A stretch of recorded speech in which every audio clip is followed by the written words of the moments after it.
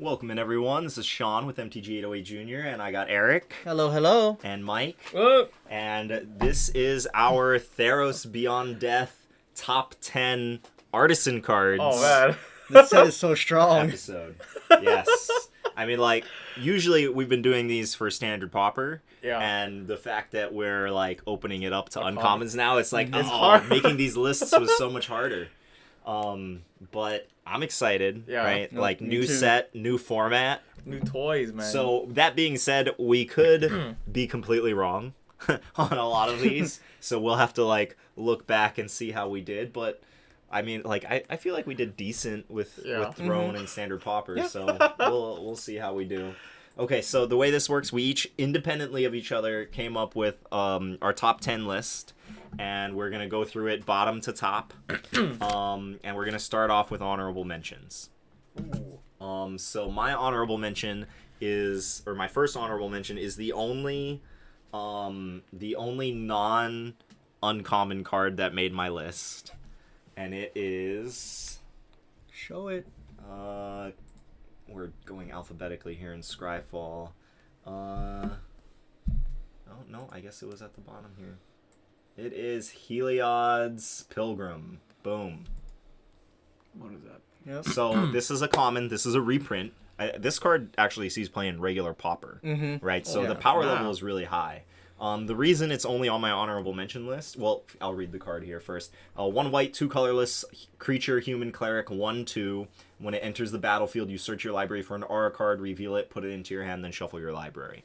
So being able to tutor for whatever aura you need is pretty powerful, and it itself is a body, so you're for sure gonna have a body to put that aura on. Yeah. So very, very powerful common. It's not higher on my list because I don't think that there's like a ton of really super powerful auras that you can get with it. Yeah. Like there's the new fight aura. There's the staggering insight that yeah. gives +1/+1 lifelink, and when you hit them, you draw a card. And other than that, like, there's not too much Yeah. else. Yeah, if you search right? it up, there's really not that many. Yeah. I think there's the one that like mind rots them when it comes into play. The new one. And it has lifelink. Yeah. Oh, support mana. Lamprey. Yeah. So like there's some utility auras that you can get, but I think that if there were better auras in Artisan, then this would be much higher on my list. But I definitely think that it's powerful enough that you should at least keep it on your radar, if not try and build around it and see if like the flexibility of tutoring can make up for the lack of power level in terms of what you're getting. But that's my first honorable mention. So what do we got next? Yeah, no, that was mine too. Okay. I really, really like it just because it was going to be number 10, but since we're doing honorable mentions, I just like Heliod's Pilgrim because you could use it reactively as well. You have things that kill your opponent's cards, like Myers Grasp is a 2-mana black aura that lets you give a creature -3/-3. I just learned that Banishing Light is just an enchantment, not an aura, so you can't search that up. Yeah. Yeah. But you can get pacifism. Yeah. Yeah. Pacifism is an aura. you can get pacifism, or there's one that gives your creature, or gives the creature defender and loses flying. The 1-mana the one. 1 mana So one. Sky Tether. Sky Tether. I think is That's an what it's called. uncommon in Allegiance. Yeah. So there's still a lot of options whether or not you're going to use it offensively or defensively. So yeah, and just having a tutor. I think since there's not really any Yeah. tutors in I don't think so. Yeah. Standard Pauper, having this is a really good option. The flexibility. Yeah. All right, you have a different honorable mention, Mike? I don't know. For some reason, I was thinking of a Field of Ruin. It's a reprint too. It's an uncommon. From it was first printed in Ixalan, so it's a land. Add colorless mana, or you pay 2, sacrifice it to destroy a target non-basic land. Just because if there's anything good, any lands to actually bust in Artisan, then Field of Ruin would be actually somewhere in my top 10. And Eric mentioned like the only deck that actually has like non-basic lands, will make usage of non-basic lands, will be the Gates deck. But yeah, this isn't anything that would break or anything game changing in the Artisan format. Yeah. Like most of the non-basic lands are either just mana fixing Yeah. or they trigger when they come into play. So it's not like, there's no search for Azcanta lands that you're blowing up or anything like that. No castles, right? But this for sure will make a big impact in real standard. Yeah. Yes. So I definitely worth mentioning, I think. Do you guys have any more? I got a couple more, but I can skip them if you don't have any more on. I have one more. Yeah, Okay. I have one more. I'll do one more then. My next honorable mention here is Hateful Eidolon. I just like this card. Yeah, like I think that it's a 1 mana 1/2 lifelink. Whenever an enchanted creature dies, you draw a card for each aura controlled that was attached to it. Like Oh man. so because this has lifelink, it Yeah. incentivizes you to just like stack auras on it to try and make it huge, so that huge Yeah. lifelink creatures are awesome. So it's kind of a build around card. However, I just don't think that the pieces are quite there yet, right? Because as we said, the auras in the format are like medium to weak. But like if you are going to build an aura deck, I think that this is a very good payoff for it. It's one of the cards that I'm using for one of my personal Artisan decks, the ones I told you about. It's kind of just a enchantment aura value deck. If you guys know Modern, I've lovingly called it Twin and Taxes. Oh, the Kaya's Ghost form deck. Oh, sorry. Spoiler warnings. You got one piece of the combo. Yeah. So that is an aura, right? So Hateful Eidolon here I think does just enough that it'll see like borderline play in the right deck. Yeah. I don't think it's gonna be like a It's not game breaking. yeah. It's not gonna warp the format in any way, but Just a good value card. It is something to keep on your radar. All right, next So my- honorable mention. My next honorable mention is Underworld Fires. Oh. Probably just push the very end since it's alphabetical. So it's a red card. Let's see. Ha. Oh. Second to last. Yeah,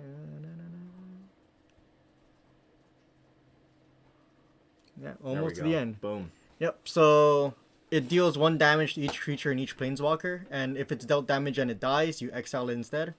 We don't really get any good Sweepers. sweepers. Now we do with Flame Sweep and Cry of the Carnarium, but Yeah, those are the two big ones. those cost 3 mana. Having one at 2, especially if you're up against an aggro deck, just makes this really, really good, basically. Yeah. Just as a sideboard card.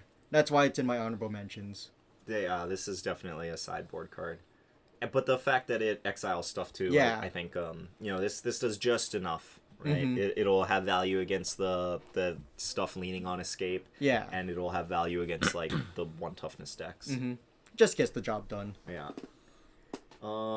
Any other honorable mentions, Mike? I don't know. I was looking at Mirror Shield. Mirror Shield. It's a artifact, equipment artifact. I think it's 2 mana. Oh, wait for the card to come up. There you go. 2 mana for enchantment. Equipped creature gets +0/+2 and hex and has hexproof. And whenever a creature with that touch blocks or becomes blocked, destroy that creature. And equip 2. So I didn't consider this card at all, but now that you Yeah. mention it and I'm reading it, I'm like, that is a very good set of abilities to have together. This is on my list. So oh man, okay. yeah, I love it. So like because like this with a whole bunch of, I don't know, for some reason I was thinking auras just Yeah, because like you love your hexproof creatures. I love my hexproof creatures, and like just thinking about like, hey, this could probably, if I were to build an auras deck, this would be the only aura I would have in the deck, just to give it some sort of protection. Yeah. Like, of course, there's stuff like God's Willing and stuff. You kind of give some sort of cushion just in case, you don't get to your Mirror Shield. But then once, you slap this on and a whole bunch of auras, especially on that one drop, that's one black spirit creature you're talking about. Oh, the Hateful Eidolon? Yeah. Well, I think even outside of like a pants deck Yeah. that you're describing, I think that this card is just good in any deck that's playing like mid-sized to big creatures, right? Giving it more toughness means it's harder to kill in combat. The fact that death touch creatures can't kill it, that's the traditional way that control decks deal with hexproof creatures, and then hexproof means that they can't kill it with removal. So it just turns whatever this is on into a really, really, really hard to kill threat. Yes. So I could see like just this being a main deck or definitely a sideboard card for like mid-range to ramp strategies. Anything that's trying to play like a creature that costs like 4 or more, you would just slap this on that creature, and then it's just really hard to kill. Yeah, so I agree. This was not on my radar at all, but now that I'm looking at it, I definitely see the merits. Okay, so on to top 10. Yes. Yeah, let's do it. All right, so my 10th place is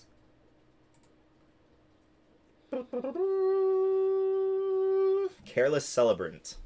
So, 1 red, 1 colorless for a 2/1 Satyr Shaman. When it dies, it deals 2 damage to target creature or planeswalker an opponent controls. So it can't hit face, which is disappointing. Yeah. But I think like the aggro decks have just really been hurting. And I think that this is good enough that it will kind of give them a foot in the door in terms of like just filling out the really important parts of their curve. And if you did want to put this in a not aggro deck, right? Like if there is some sort of sacrifice synergy deck, I think that this will be a part of it. So, it's a good body. It can be a 2-for-1. It can take out bigger creatures. Yeah. And I think that the red aggro decks have kind of been hurting for quality creatures to fill the bottom of their curve. So I'm excited to see if Careless Celebrant is going to help change the trajectory of the red aggro decks. Not just that too, but I think it's a good thing against planeswalkers, because Artisan I'm pretty sure planeswalkers are going to be seeing play. Yeah, the uncommon planeswalkers will have an impact on the format. All right, so that was my number 10. Eric? So my number 10 is Hero of Nyxborn.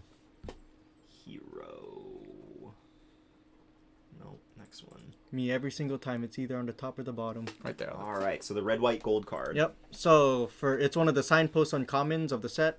For 1 red and a white, you get an enchantment creature, human soldier. When he enters the battlefield, you create a 1/1 white human soldier creature token. And whenever you cast a spell that targets him, all of your creatures get a +1/+0 buff until the end of turn. Yeah. So you just get so much value out of it. You're basically getting 3/3 of stats worth of value out of it. So that's pretty standard. But more importantly, you would play this in go wide deck, which is usually the colors of white and red. Especially since in this format you'll get token cards like Raise the Alarm and all that kind of stuff. Sworn Companions. Yeah. Sworn Companions. So all you need to do is just go wide, and then and you get the heroic card from War of the Spark. What's his name? 10th District Legionnaire. Yeah, so you have all of these things. You can just put pump spells, and then you can just go wide with Hero of Nyxborn and just get some value out of it. Yeah. This did not make my list. I agree with you that it's very powerful. Even if you never trigger it, like paying 3 mana for a 2/2 and a 1/1 is completely fine. The reason it didn't make my list is because I feel like there's a really awkward tension between like playing enough stuff to effectively go wide and then playing enough stuff that's going to target this to trigger it. Right? Like you have to strike a really weird balance to have enough of both of those things. But I think if you do find that balance, this card is going to be very, very powerful. Just needs to be put in the right deck. Yeah. It's got to have the right support. Anything to say about this card, Mike, or shall we move on to your number 10? I don't know. I just looking at this, I can see. Does red have anything that creates tokens? I'm trying to think. Goblin Instigator rotated out. Yeah. We'd have to search. I mean, do you have? I think there's that Grim. Well, that's only when it dies. It makes it masses for 1. Because it would probably be like white splash red. Because then like you have that bargain. Target creature gets. Yeah. That is non-humans though. Oh, okay. Defiant Strike and God's Willing are both legal. but like neither of those cards are Yeah. particularly good with a bunch of 1/1 tokens. Yeah. So it's kind of weird. Oh, okay. All right. I thought it was pretty cool. That's You a pretty got good... you got your number 10? Yeah, mine's a common. Okay. I put Daybreak Chimera. It's 3 colorless, 2 white for a 3/3 flyer. It costs. Oh, what's yeah? This spell costs X less, where X is a white devotion. So like I don't know, for some odd reason I could see this in like a mono white flyers deck. Yeah. So like you have, and you can use this with like other like convoke stuff. Well, I don't know convoke, but The devotion. devotion, yeah. Yeah. I mean, if you're paying 2 mana for this thing, it's Yes. just busted. Yeah. Right? And it's not far-fetched to see like a white aggro deck go like 1-drop into two 1-drops and then play this for 2 Yeah. mana on turn 3. You don't even have to play a third land. Yeah. Right? So I do agree with you that this will probably slot into most aggressive white decks. Yeah, 3 mana or 2 mana. A 2 mana 3/3 flying. flying. Yeah, Yeah. no, that's Yeah. good. So my biggest concern with aggro decks in this format though is that like a lot of the uncommon 1-drops are like not super great. Yeah. And so they're going to be playing a lot of common 1-drops, which means that their card quality is probably going to be slightly less than most of the decks that they're trying to go Yeah. under. So if there is a white aggro strategy, I think this is going to fit into it. It's just I think we'll have to wait and see like if the aggro decks can measure up against the kind of engine-y synergy decks that the uncommons unlock a lot of. Yeah. Afterwards, it pays for itself too. You can just pay 3, and then all of them just cost 2. That's the dream, though. Yeah. Turn 3 you play 1. Turn 2 you play like 2. Yeah. Turn 4 you play 2 more. Yeah, welcome to Christmas Land. Yeah, well, I mean, even if you go like 1-drop into Two, a 2 mana creature, then on turn 3 this costs 3. Yeah. Right. So. And I know one of the demigods is a white Daxos. Yeah. So if you just play him on 2, then you can play this on Yeah. turn 3. Yeah. So I agree with you. This is a powerful card. 3/3 flying is nothing to scoff at. All right. So that was your 10. Yes. So we're moving on to my 9. My 9 is another white card. This is. What? Did I miss the name? Is it a rare? No, it's the Saga. The Birth of Melfleas? Yeah. It is an uncommon. And it does Or probably the birth of. Oh, it's the Birth. Okay.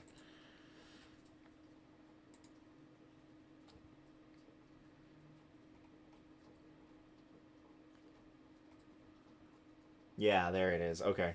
So the Birth of Melites. I think that this card in a control deck is just gonna do everything that you want it to, right? It replaces itself the turn you. Oh, well, let me read it first. So it's a saga, 1 white, 1 colorless, and sagas, they are enchantments that come into play with a chapter token on them, or what are they called? A lore counter. And every time you add a lore counter to it, you move on to the next stage of the saga.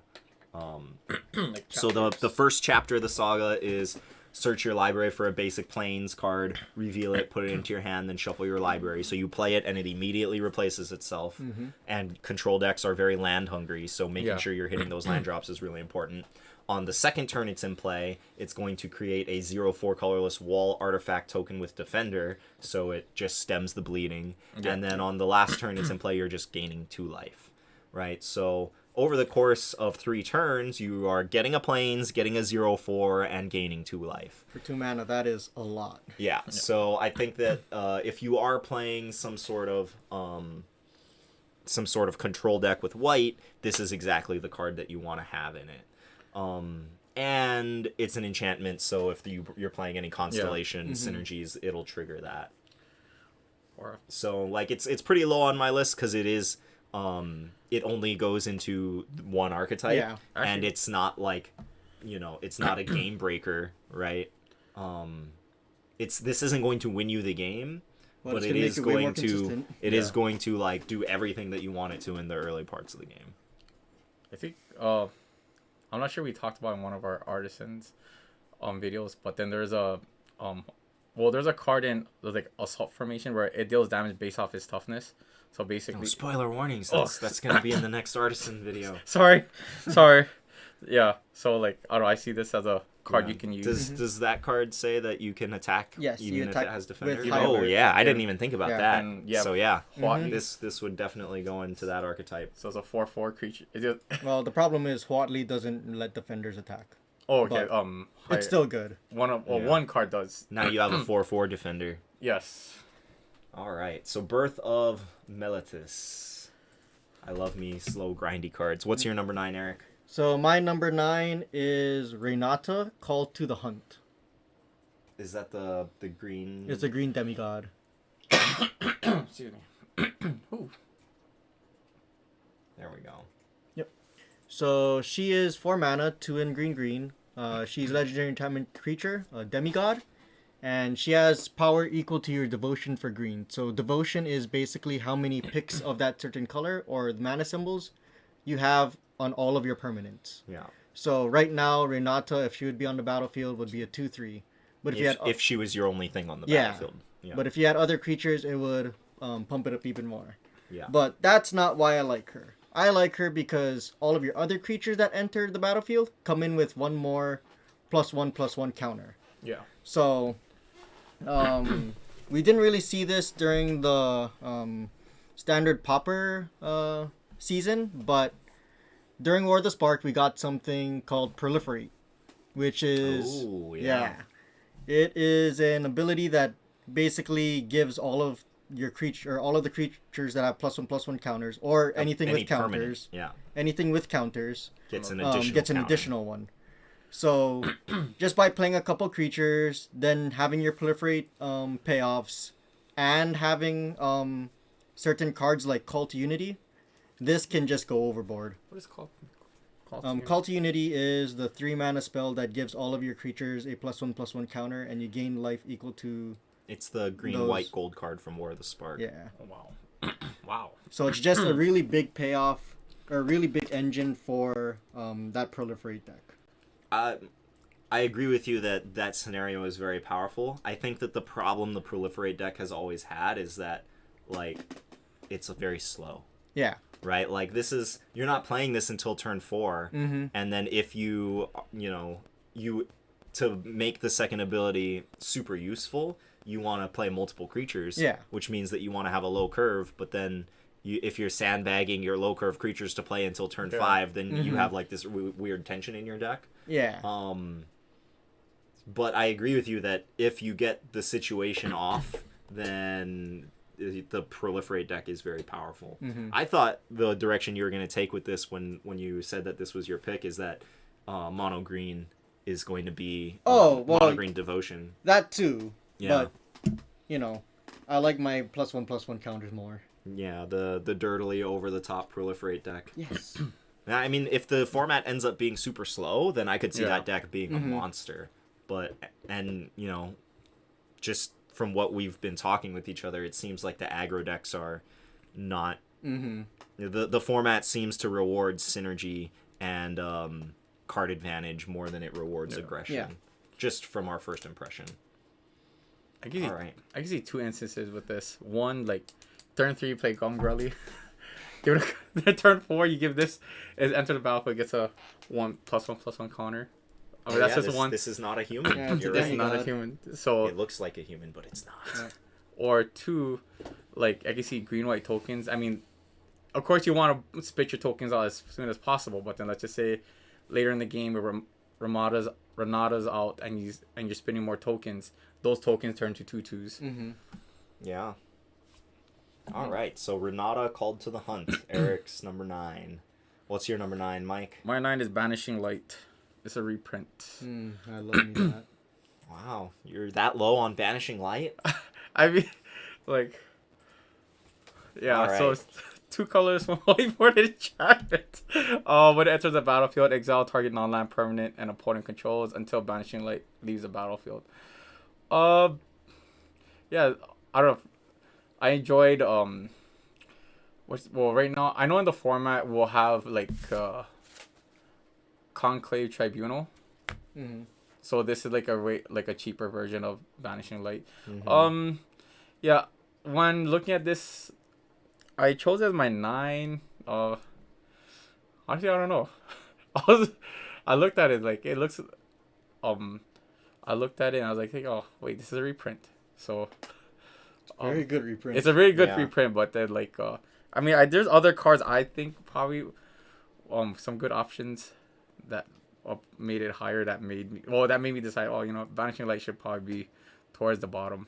Well, I mean it's 9, but Well, It's still really good. Yeah. I'm much higher on it than you, and I Okay. think the main reason is that like if Constellation weren't in the set, Yeah. I would probably have it like in the mid to low, Ooh, kind of like okay. where you have it. But the fact that like you can play this, answer literally anything Yeah. from your opponent, and also trigger Constellation and have all those other enchantment synergies, that's the reason why it is higher. Like in original Theros, I was playing this alongside like Eidolon of Blossoms, Yeah. and it was just like going nuts. Mm-hmm. So I may just be biased because I have those fond memories of playing Vanishing Light, but yeah, it's going to be good. It's going to be good. Oh, okay. But yeah, that was my 9. All right. So now we're on to 8. My 8 is, I think the name Destiny Spinner right here. Oh, Okay. the elemental one. Yeah. So Destiny Spinner, 1 green, 1 colorless for a 2/3 enchantment creature human. Creatures and enchantment spells you control can't be countered, which might be relevant. But the important thing here is that you can pay a green and 3 colorless. Target creature you control becomes an XX elemental creature with trample and haste until end of turn, where X is the number of enchantments you control. Ooh. It's still a land. That's pretty busted. Right, so if you have like Banishing Light in play and this and maybe like one other enchantment, It's just a turning your 3/3. lands into Yep. 3/3s, that's powerful. And if you are playing a deck that's playing more enchantments than that, then you're Make it- making like a 9/9 haste trample, right? Like that's very powerful. So there are a whole lot of like enchantments that just kind of like have a really small impact and then sit there on the battlefield. And I think in those decks, this card is just going to murder people. So, do you see this more as when you saw this card? Were you thinking of Enchantress decks or just like as a value for some sort of endgame deck? I think that, well, when you say Enchantress, I think of like the Constellation payoffs. Yeah. And I don't think that there's a ton of like super powerful Constellation payoffs. Yeah, that's especially now that they're like, because in the last Theros block, a ton of the Constellation payoffs triggered themselves, and now I think almost all of the Constellation cards are not enchantments themselves. Yeah. Yeah. Which means that Constellation as an archetype is going to be significantly less powerful this time around. So I don't think that you're going to have like a dedicated Enchantress deck, but I do think that there's enough enchantments that are just going to sit in play that is going to make this card very good. Relevant. One of Okay. them is much higher on my list than this, and we'll get to that when we get there. Well, not much higher, but yeah. Okay. So this is like a decent, a 2/3. It's going to block early. It's going to pressure planeswalkers early. All that jazz. Fill up your curve, and then in the late game, it's just going to Yeah. Okay. I can see that. murder people. I can see a Celestia enchantment deck. Yeah. It's kind of like how we have manlands, basically, except this manland can get really big. Yeah. All right. All Number right. 8. So my number 8 was Mirror Shield. So if you want to talk about that again, but I just really like the card. It's a nice pet card. I love the whole idea that you can just stick on a bunch of enchantments, even though there's not that many good enchantments, and then just swing in and basically win the game. Yeah. The floor on this card is really high, Mhm. and then the ceiling on it is Yeah. like absurdly high. So That second block of text is just what makes it. the Just, hexproof. just kill the hexproof creature before it even deals damage.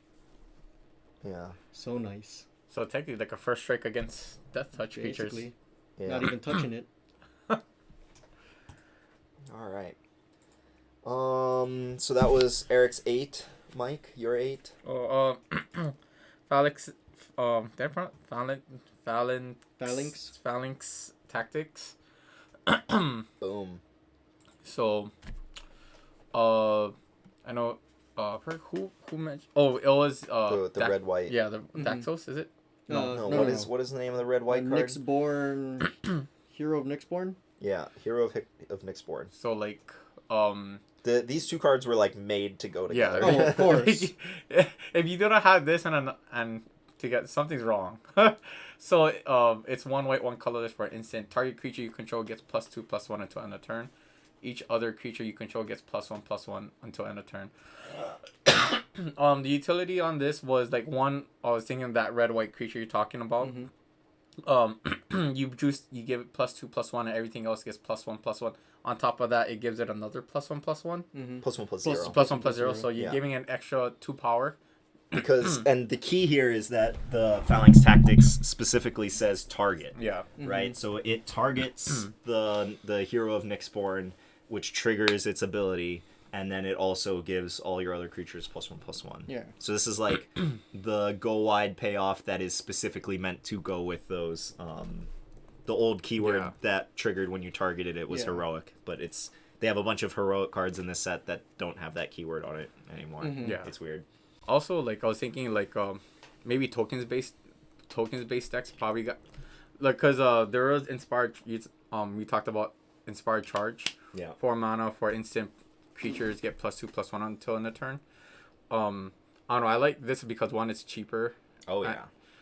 And it gives more game for the go wide decks.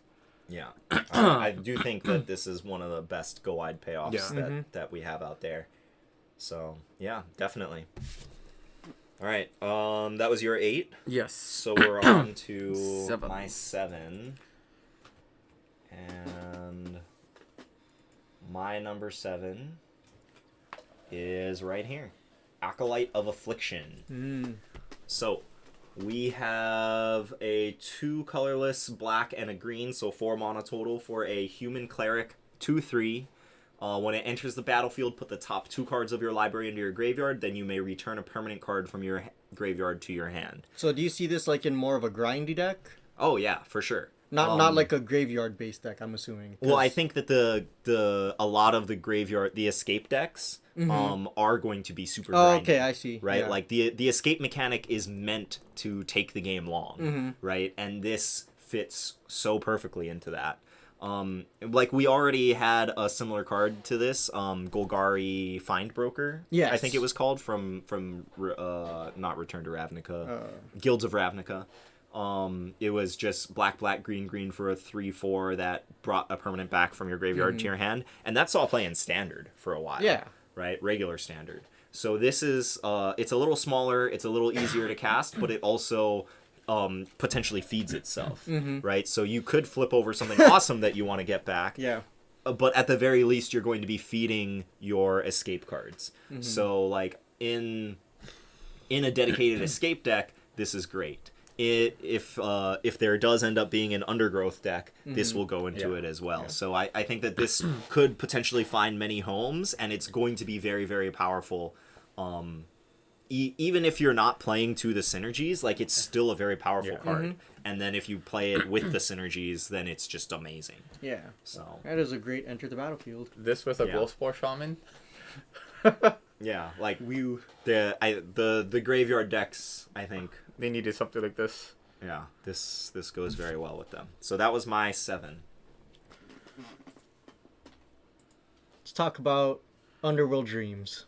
Oh, good old-fashioned Underworld Dreams. I think Devotion will probably be a thing in this format because of my number 1, but spoiler warning. Yeah, Biggie G, why do I? the notorious Big.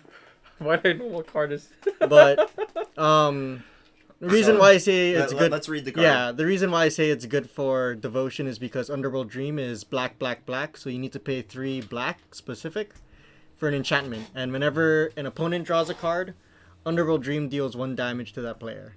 So this could go in many different things. I think we talked about this earlier, how you could bring back Dragon Mage, attack with it, and it'll so somebody commented on one of our Artisan Seed videos about this combo. Yeah, and it forces the opponent to draw 7 cards, so deal 7, and that doesn't include the 5 that you got dealt to by Dragon Mage. Yeah.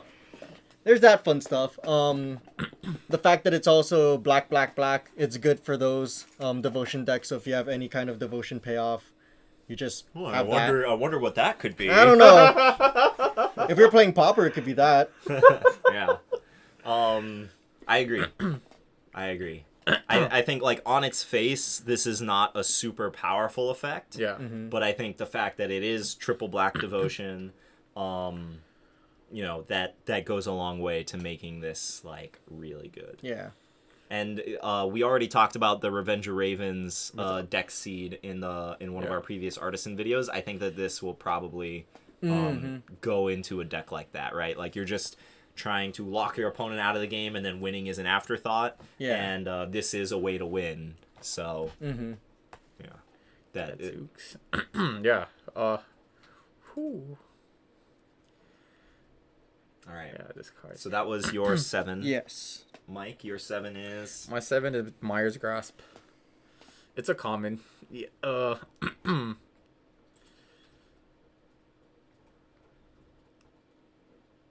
There we go. It's an aura, 1 black, 1 colorless. So you can get this with Heliod's Cloak. Yeah. Yep. So, enchanted creature gets -3/-3. And I think that if you have the yes, it works the like Hateful that. Idolon in It's play, just then you draw a creature. card. Yeah, It's it says just a whenever creature. any creature dies for each aura you control on Yes. it, you draw a card. So this does synergize with that. I don't know. I just like it because of what, removal. Yeah. It's a nice piece of removal because currently we have Dead Weight. It's a 1 mana -2/-2. So like for an additional mana you get an extra. What else? Yeah. I don't know. This is really good. There really isn't too much at 2 casting costs right now in the format. At least in mono black. There's Tyrant Scorn. There's Reef Soul. Reef Soul. Yeah, Reef Tyrant Soul. Soren's Thirst. But that's double black. Yeah. So very, very simple card, but it fills a very specific niche in the format that a lot of decks are going to be looking for. Yes. And then when you draw that card with Hateful Eidolon, you're going to feel so good. What is Hateful? Oh, yeah. The one that lets you lifelink draw a one card. that draw whenever a creature dies with an aura that you control attached to it, you draw a card for each aura you control. Okay, so we're on to 6. My 6 is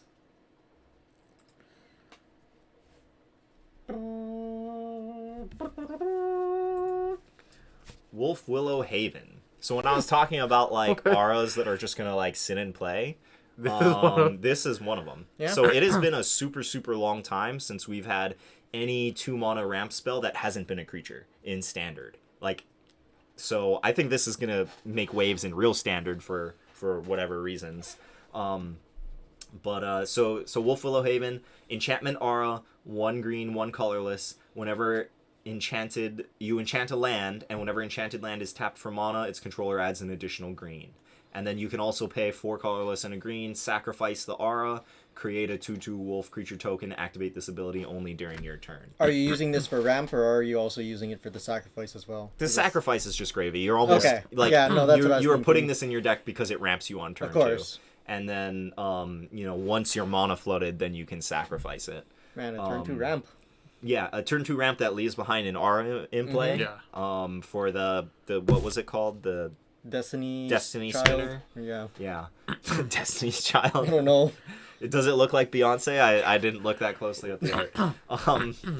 But I think like ramp is a strategy that hasn't seen much success in standard Pauper because the top end hasn't been super powerful. But now that we have uncommons, we have a lot more powerful of a top end. So the fact that you have a 2-mana ramp spell that doesn't die to removal, or at least creature removal, I think that this is going to unlock a lot of potential in other cards. Yeah. It's nice and simple. Reminds me, is it Utopia Sprawl? Fertile Ground Fertile is the Ground, one that right. costs 2, yeah. I think Utopia Sprawl costs 1. Oh, right. Yeah. And it's a 1. It's a 1 more green devotion to Oh, yeah. Renata. Yeah. Adds a devotion, counts as an enchantment. And you get double green. Yeah, all that fun stuff. Oh man. All right, so that was my 6. What's your 6, Eric? So I think this man is gonna be the king of value for token decks. It's Daxos, Blessed by the Sun. Oh, you love Daxos. I love Daxos. He's pretty cool. There he is. Boom. All right, tell us about Daxos, the demigod. So he is white. So you getting him on turn 2. He's a demigod. He's also an enchantment, so if that matters. And his toughness is equal to your devotion to white. So he's a 2-star. And whenever another creature enters the battlefield or dies, you gain 1 life. So, Holy cow. yeah, so there's at a worst, lot. he's Yeah. a 2 mana 2/2. Yeah. It's a He's just like the impassioned orator, basically, except you also get the life from the die trigger. Gadzooks. Yeah. Yeah? He just has lots of value going to it. Green white Yeah. token. Yeah, you play tokens. Well, I think I would want to put this with a Johnny's Pride mate Oh, yeah, of course. before I put him with tokens. I mean, Yeah. maybe you do probably both. just do both. Right? Play this and then play a Johnny's Pride And mate. you put a next counter on turn. it? Yeah, Oh gosh, I didn't think of that. yeah. He enters the battlefield, and then he gets it. Yep. So, yeah, we So- could see some sort of... One deck that I had on mine was Soul Sisters. And Soul this is a Sisters, real good Soul Soul Sister. Yeah. A soul brother. Well, like you have a lot of way because this and Impassioned Orator give you redundancy on the gain life effect. Yeah. But then the payoffs, you really only have a Johnny's No, Pride Mate, and you have the you have- 5 mana Vampire. Mm-mm. Are there any other ones? There is the Angel, the 3-mana Angel that's a 2/2. Oh yeah. And there is Pure Steel Paladin that gives it double strike. Is that Pure Steel those are Paladin? it was in the Ajani deck too? It was right? in the... It is a Johnny specific What deck. is Pure Steel Paladin? Or not Pure Steel Paladin. Something Paladin. Let me search it up. What set is it? It is from the Ajani... From Core Set 20. Core Set deck. Oh. Wait, that's the thing. Oh Gadzooks. Yeah, no, that was an uncommon, I'm pretty sure. There's even Savannah Sage. Twin Blade Paladin. Blade, here you Here go. we go. Oh, Twin- Twin Blade Paladin. Yeah. Whenever you gain, while we search for it, it is a 4-mana creature.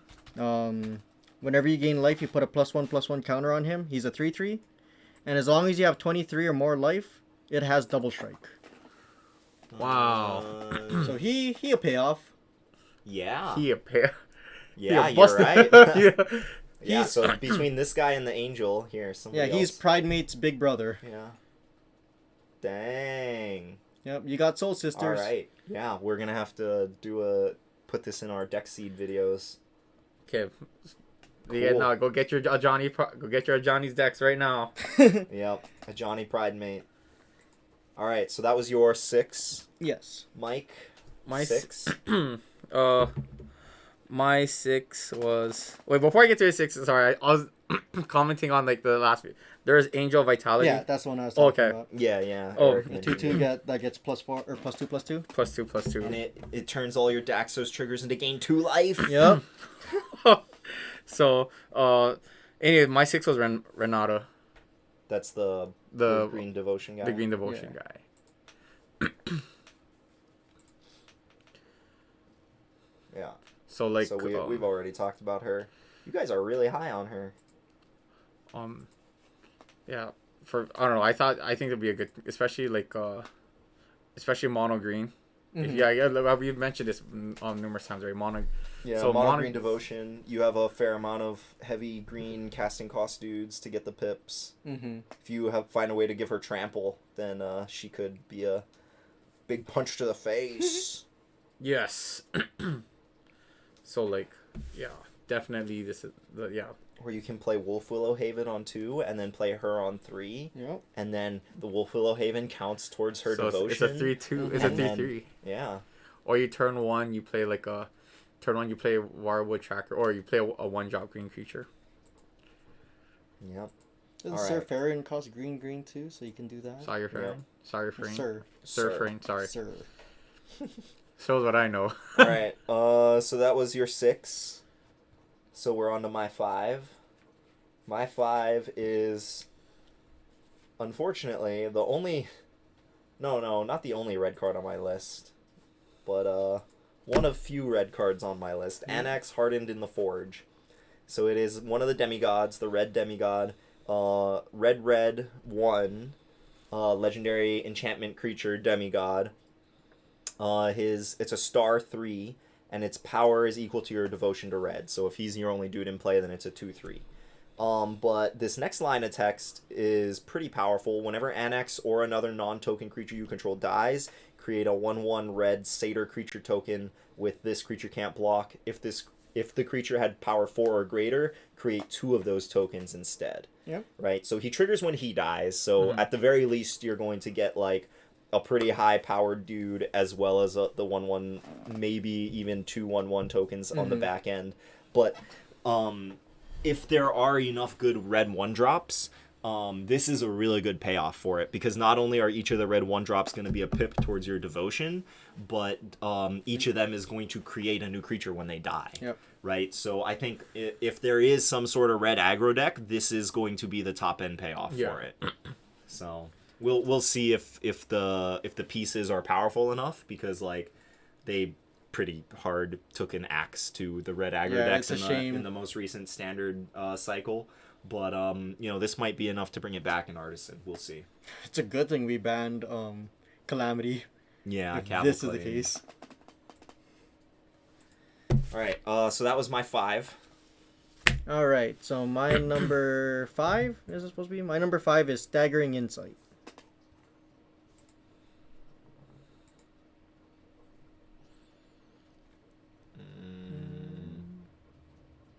There we go. Boom. So it's a enchant creature aura for white and a blue. Whenever the creature gets +1/+1 and lifelink, and whenever it deals combat damage to a player, you draw a card.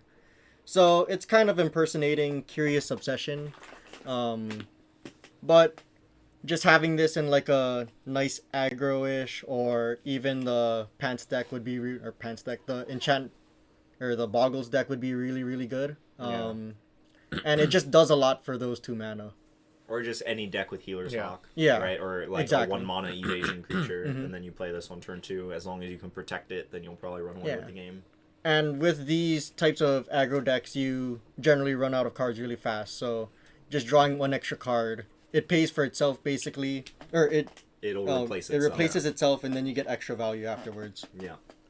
I can still see this was like attached to a ginger brute, unblockable. Yeah. Could do that. That'd be cool. Pop it on a ginger brute. Yeah, put it in Soul Sisters. I think the fact that it has lifelink and the draw card ability, right? Like the lifelink helps you outrace the other aggro decks, and then the draw card ability helps you kind of win a longer game against the other decks. So as long as you can protect this, I think that it's going to be very powerful. Put it on a Johnny's Pride Mate, and then there you go. Ooh. All right, so that was Eric's 5. Mike, your 5. Warden of the Chain. Oh, is that the red-green guy? Yes. Oh, him. I like him. He is a bunch of numbers. Yes. 1 green, 1 colorless. That's for a lot of stats. For 4/4 trample creature, when can't attack unless you control a creature with another creature with power 4 or greater. Yeah, this card looks crazy. Just imagine having 2 of those out. You think monsters is gonna be a thing then? I think Gruul, like, because for some reason, out Gruul. You have Rhythm of the Wild too, just yeah. Or and Drum Gully and Zerta. What is her name? The red green planeswalker. Samut. Not Samut. Yeah, Samut. Samut. You could give your other creature +2/+1, Yeah, and then he can attack. Like, yeah, this card looks pretty crazy. And then, like, I was already thinking of like Gruul builds already, like and like because you have access to stuff like Domri's The fight card. Yeah, or the not fight- the fight. The Domri's deal Ambush. damage. Domri's Ambush, yeah, The Super Rabid Bite. The rabid bite that can Yeah. hit planeswalkers. Yeah. So- And the red green hybrid Yeah. creature from Throne. I think it's a 4 mana 5/5. Oh, that Right. can't be blocked by walls or knights, I think. It's something Yeah. like that. Yeah. It's a 4 mana 5/5. Yeah, That's the important part. That goes well with this. So. Oh, there's also the red green 5/5 in one of the Ravnica sets. I forget. Ravnica Allegiance. Yeah, Allegiance. Yeah, the hybrid. one that destroys an artifact or enchantment. Yeah. So there's gonna be lots of ways to turn this guy on. Yeah. Most of them are gonna cost 3 or 4, but or like if you have a I don't know Wirewood Tracker with a Rose Thorn Halberd on top of it, and then you attack with the Warden of the Chain. You get the Yeah. +1/+. You get the bonus already because the Warden is not a human. You just swing it for 8 damage on turn. There was a 2 mana guy in one of the Ravnica Zertal sets. Goblin? No. I mean that would go well in this archetype as well. But it was like whenever a 4 power creature comes into play, it grows. Oh, that's from War of the Spark. Yeah, that was in it's War. a 2/1 for Yeah. 2. So like that would go in this archetype. Oh, yeah. definitely. And then there was the 3 mana 4 powered dude that went with him. I don't remember the details on it. Raging Crunch. Yeah, What is that's that? the one. He's a Raging It can't Crunch. attack alone or Yeah, something he can't like that. attack alone. Yeah. And this thing can block too, so. Yeah, this is crazy. So nuts. like if you just build your deck to maximize like power and toughness in play, Yeah. there's going to be a lot of options. And I can think of one person who really loved this deck. Mm-hmm. Oh. He just Yeah. needs to add red. Yeah. Are we thinking of the same person? Oh yeah, JP would Yes. definitely love this deck. Okay. So Warden of the Chained. That was Mike's number 5. So we're on to number 4. My number 4 is, we already talked about it, good old Banishing Light. Oh, so that's my number 4 too, so. Oh, hey, we're on the Yep. same page. So, yeah, this card is amazing. Being able to answer anything, it sits in play, adds devotion to white, it'll trigger Constellation. There will be an abnormally high amount of disenchant effects floating around in people's main decks. Now there has to because Maybe there's just main so decks, many. definitely sideboards, so like you're not permanently answering their thing. Yeah. But this card is just Yeah. very, very good. So We're gonna see lots of Crushing Canopies. Wait, does Crushing Canopy get enchantments? Yeah. yeah, We're it gonna does see not lots hit of Crushing artifacts. Canopies, I Return guess. to nature. Yeah. All right. So that was my 4. Yeah, that was my Eric's 4. 4. What's your 4, man. Mike? I actually wrote the wrong card. Is it so- Revoke Existence? No, I wish it is. You know, I actually guess I didn't bring that up. Yeah. So well, actually- while Mike is looking for his card, just Mike infamously said Disenchant was his like number 3 card in Hey, our number M20 6, don't top worry. 10. It's not. I'll give him the credit. As Oh, it was number 6. Was it number 6? It was I'm in his pretty top sure. 10. Oh, It wasn't that high. It wasn't number 3. So it's just a running joke with us that Mike really no, likes it is his there. Disenchant effects. Okay, 4 is Gary. Grave Merchant. What? Yeah. Oh. That's your number 4? Yes, it is. Oh my goodness. Yeah, good. I hope I get heat on this. You mean I like mean, I the wanna be card that's different. played in regular Pauper? Hey, The card that's played in regular standard? I hope I get heat on this. Yeah, I mean this is us giving you heat on it. Good. But go ahead and read it. We're just gonna say Isaiah's gonna prove you wrong. Good. I hope he does. So it's 3 mana, 2 black for a zombie. When it enters the battlefield, each opponent loses X life, and you gain X, where X is your devotion to black. It's a 2/4.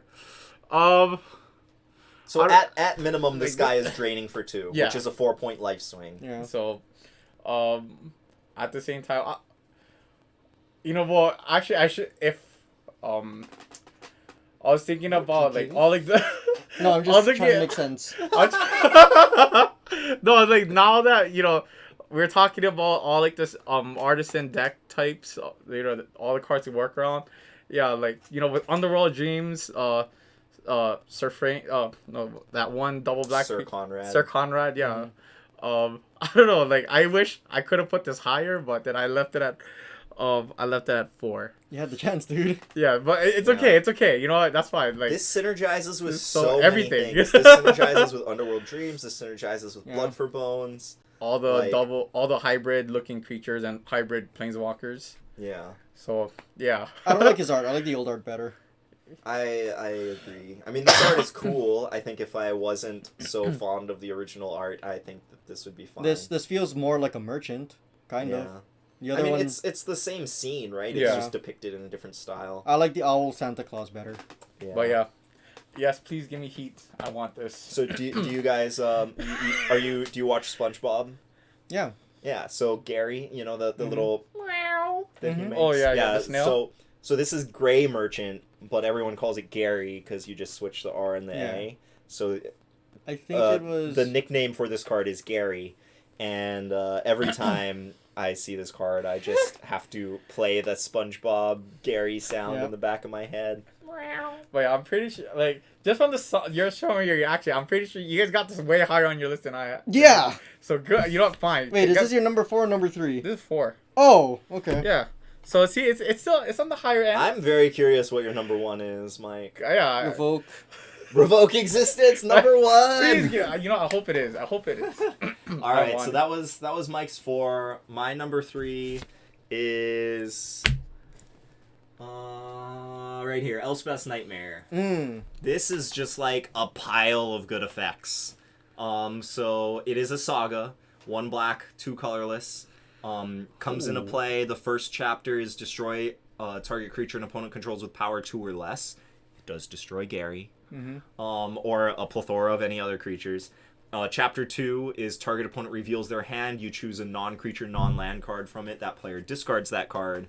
And then 3 is exile target opponent's graveyard. Wow. Right, so... It feels a lot like Eldest Reborn. Yeah. On the opposite end. Yeah. Except instead of them choosing, it's you choosing, but with a lot more limited... This is like Eldest Reborn's kid cousin. Yeah. Yeah. So it's like... None of the effects are, like, mind-bogglingly amazing, but all of that, like, I could totally see you hitting on the first 2 chapters, and then, you know, if they have any amount of graveyard synergy at all, even if they're not a dedicated graveyard deck, like, there's going to be a bunch of decks just, like, splashing 1 or 2 escape cards. You know, I think that this is going to do just enough to... you know, make it really good. The way I see it, I wouldn't mind paying 2 mana for the first ability. I wouldn't mind paying 1 mana for the second. I don't know, other way around. I wouldn't mind paying 1 mana for the first. I wouldn't mind paying 2 mana for the second. Well, then you, the third you is can't just take gravy. creatures on the second one. Well, no. I it's wouldn't a mind duress. paying 2 mana or 2 mana for a duress, or other way around, I guess. I wouldn't mind paying 2 mana for the first kill. The second one, I wouldn't mind paying 1 mana for that. Then the exile is just extra gravy. Yeah. And all bundled up in 1 card. That's pretty good. And it's an enchantment. It adds devotion while it's in play. Yeah. Right. So, it does just enough. Yeah, it's not flashy, but gets the job done. And there's an obliterator in the art. That's pretty good. Yes. So the story point for this card is that Ashiok is reading Elspeth's nightmares and then discovers the because Ashiok is all about like people's nightmares and like what terrifies them, and then she's like, oh, Elspeth is terrified by the Phyrexians because they destroyed her homeworld. Now I'm fascinated by the Phyrexians and I need to go find them. So that's just like the foreshadowing of we what we might go back to New Phyrexia. Oh god. Ooh. All right, so that was my 3. My 3 is Drag to the Underworld. Mm-hmm. There we go. So I think I'm really high on just black in general, the mono black devotion deck. Yeah. Just because of this, it's a 4 mana spell, 4 black. It's an instant and two black. Or sorry, 2 black. Yeah. It costs X less to cast, where X is your devotion to black. So at minimum, it costs a black and simple, destroy target creature. Yeah, straight up murder something. You can murder something for 1 less at instant, as long as you have 2 devotion. Which is not a tall order. No. Yeah. Especially if you're running a devotion deck or even an aggro deck. You can just do this. Look at that art. That art is so awesome. Yeah. Elspeth just like whipping somebody and dragging them to the underworld. Is that Elspeth or not Erebos? Elspeth. Yeah, Erebos. That one is whipped back too. This is actually my number 2. Oh, so, yeah. I'm on the same page as you. I think that the black cards in this set are all very good. Very pushed. Yeah. So, you know, I do think that if you're paying 4 mana for this effect, there's better stuff out there. But Yeah. it's not hard to make Yeah. this cost, 3 or even 2. And if you're paying 2 mana for it, then it's exceptionally good. 3 is fine, but 2 is where you want to be. Right. Yeah. All right. Yeah. Is this not on your list at all, Mike? You know, that went way off the radar. Okay. So my 3 is actually Underworld Dreams. I don't know, I like it. Again, triple black, so it feeds devotion. So, I think I got some Order of Nut cards wrong. Yeah. Gary probably would have been up. Well, I would definitely rate Gary higher than Underworld Dreams. Yeah. But that's just like my opinion, man. Cause then definitely I totally agree that black is gonna be crazy this next season, and especially introducing a new format. I would draw a card, they lose a life. Gadzooks. I want to see someone run the original Legends version. Oh, how much is the original? Like $60. I would go just to flex it. Yeah. So this was originally printed in like Magic's second or Antiquities. third year Yeah. of existing, right? So, is it? What's the original set? No, not Antiquities. I think Legends. Legends. Yeah. All right. So Everybody. Underworld Dreams is Mike's number 3. My number 2 was Drag to the Underworld. Not much left to say about that. What's your number 2, Eric? My number 2 is Agonizing Remorse. Oh. I love me A good thought. slightly bad Thoughtseize. Slightly. It's not even that bad. So for 1 and a black, it's a sorcery that lets you choose an opponent, have them reveal their hand, and you choose a non-land card or a card from their graveyard. Oh, or a card from their graveyard. I didn't even notice the second part. Oh, and you exile it. You lose 1 life. I'm sorry. I thought this was Thoughtseize. No. No, it's a little better. Just costs more. Just costs double the mana. You get more utility. Yeah, there's more utility. So A bit now more this is replacing all of the duresses. Well, maybe not replace, but you have this option. Well, this is main deckable, whereas Yeah. the rest was like Yeah. you would never play more than 1 or 2 in the main It deck because it goes- would be dead so often. If you're running the Demir shell, it goes with Thought Erasure. Thought Erasure. God, so you rip your whole. Well, unless you're worried about cards in people's graveyards, I think that, This would be better. or the exile effect, Yeah. I think that the Demir decks will Oh, for sure yeah. just play Thought Erasure. But I you don't have think this you want option. more. I don't think you want more than 4 effects like this though, because like in the Just late this- game it's they just just that. don't do nothing, Yeah. right? But playing this on turn 2 is very powerful, Mm-hmm. right? Taking their best card. Yeah. That's crazy. Didn't even know it exiled. I don't have this on my list at all, but I agree with you that it's powerful. Yeah. Yeah. I kind of. Yeah. This is my. I got this higher on the list. Well, we were there's Is not this, much lost. Is this only- your number 1? Yes, it is. Okay. All right. Do you want to say anything else about it? I don't know. I like it. So, I don't know. For some reason, I was thinking putting this and Thought Erasure inside in one deck. Mm-hmm. Sure.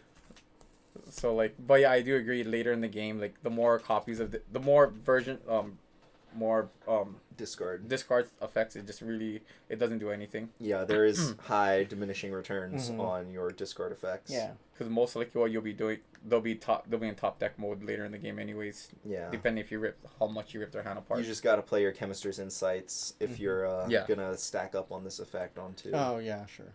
so that you can discard them later in the game. But yeah. It's just a really good card. Yeah. You can play it in modern if you want. I think if Thought Erasure didn't exist, I would probably be higher on it. But I Oh don't sure. know. Yeah. I feel like this would only be main deckable in black mid-range decks that aren't also playing blue. Mm-hmm. So pretty much oh yeah, But I mean, mono Black. black will probably be a thing, Yeah. so this will probably see play in it. could be a Yeah. Golgari deck too. Yeah, maybe this should have been in my top 10, but I don't have it. Yeah. I wanted to highlight other cards. All right. So what's your number 2 then? My 2 is Soul Guide Lantern. What? Oh, the artifact? Yeah. Let's see. There it is. 1 mana for When it enters the battlefield, exile target card from a graveyard. Sacrifice it to exile each opponent's graveyard, and 1 mana tap. Sacrifice it to draw a card. So it does a lot of things. Just because going into this new, especially Theros, You're gonna be a lot of the.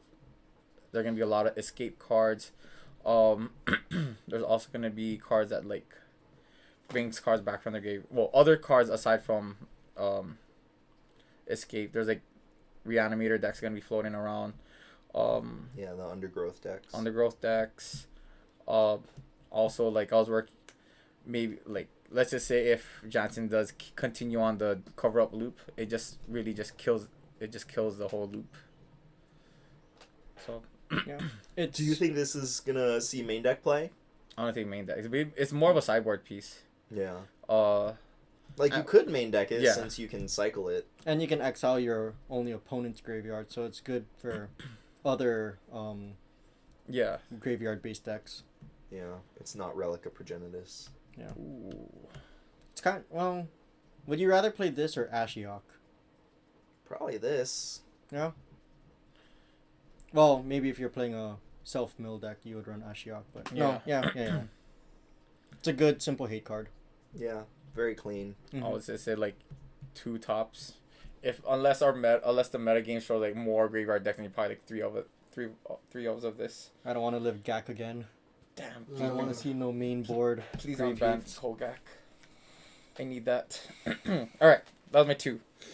All right. Well, my number 1 is obviously Gary. Wow. If I could choose Forever Young again, that'd be my number 1, but it's also Gary. Forever young. I wanna be. I don't care if it's good. You should just show the old art of Gary. Okay, we can go look for it. You can just click on it. Oh, okay. There he is. Wow.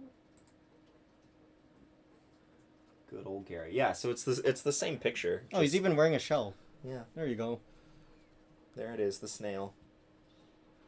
Yeah, so not much else to say about this card. I mean, like, in the last time this was in Standard, Mono Black Devotion was a tier 1 deck, and they were at least in the beginning of that Standard cycle, they were main decking 4 of these, and they were regularly draining people for like 8, 10, 12 drain, right? Yeah. So, I could see that happening in this format, right? Like, if you're playing a black mid-range deck with Underworld Dreams if you want it, Revenge of Ravens, Ill-Gotten Inheritance, you know, like, it's not... Foulmire, you can just... Foulmire Knight, yeah. I don't know, I would have to look at a list of black cards to flesh out the deck, but I think that this card is... If it was just 5 mana, 2/4, you know, drain 3, like that was just the text on the card, it would still probably see some play. But the fact that it scales up so high, like, you're just going to get like Gary for 10, Gary for 12, and end It games. is a burn spell, basically. Yeah. And you gain that much life, so it helps you pad your life against other decks too. Yep. Ooh, man. Can we have pack rat too? Can I put this Doesn't on my pack number rat 1? an uncommon? Yeah. Give me Underworld Connections. Yeah. I want to put this on my number 1 now. Mike is taking a moment. Yes, I want to take it back. You only get one. Alright. So that was my number 1, that was Eric's number 1, and then Mike's number 1 was the discard spell. Agonizing Demise. Yeah, Agonizing Still a good card. Remorse. Yeah. Yeah. It's a crazy card. I can't hate on you for putting this as number 1 instead of Gary, because I didn't even have this on my list, so... Because you just... You look at their hand, you just rip up... You just exile their Gary. Yeah. One card that I don't think belongs on top 10, but definitely deserves to be mentioned. So, like, an after the fact honorable mention is... The lands. No, I'm just kidding. Not right here. Mire Triton. Mm. So it's a 2 mana, 2/1 Death Touch zombie merfolk. When it enters the battlefield, mill yourself. 2, I think. Mill yourself 2, and you gain 2 life.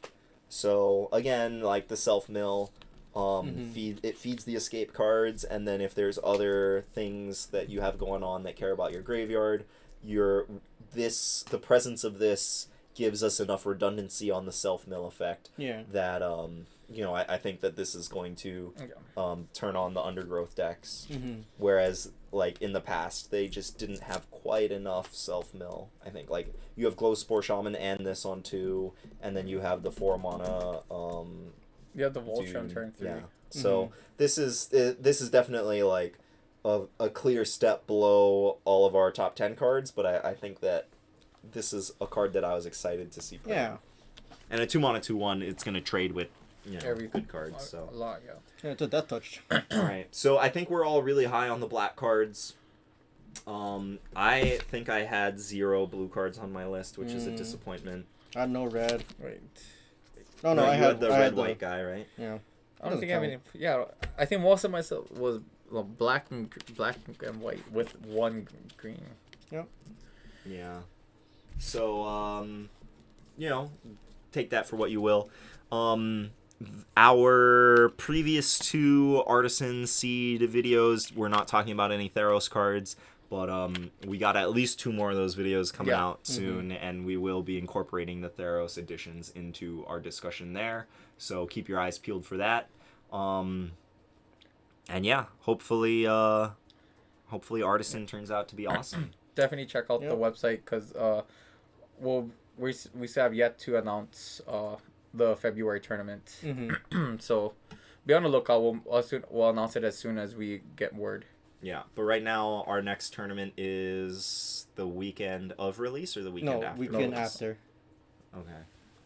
So releases The 24th. Oh no, no, that was actually pre-releases are next weekend. Mm-hmm. And then the week after that is release. So in well, we're looking at February. So like so far we have one the one at but then that's like towards the end. So we're trying to get word for one earlier. We haven't officially scheduled that. yeah. One yet. Okay, yeah, so keep your eyes peeled to the website. Mike is the go-to guy for that, so don't listen to me. All right, thank you for joining us. Let us know what you think about our top 10. Are you excited about Artisan? What decks do you want to build with the new Theros cards? And let us know what your top 10 cards too. We want to read this stuff too. Yeah, definitely. So that's it for us. Yep. Yes. We will catch you next time. Peace. Later. See ya.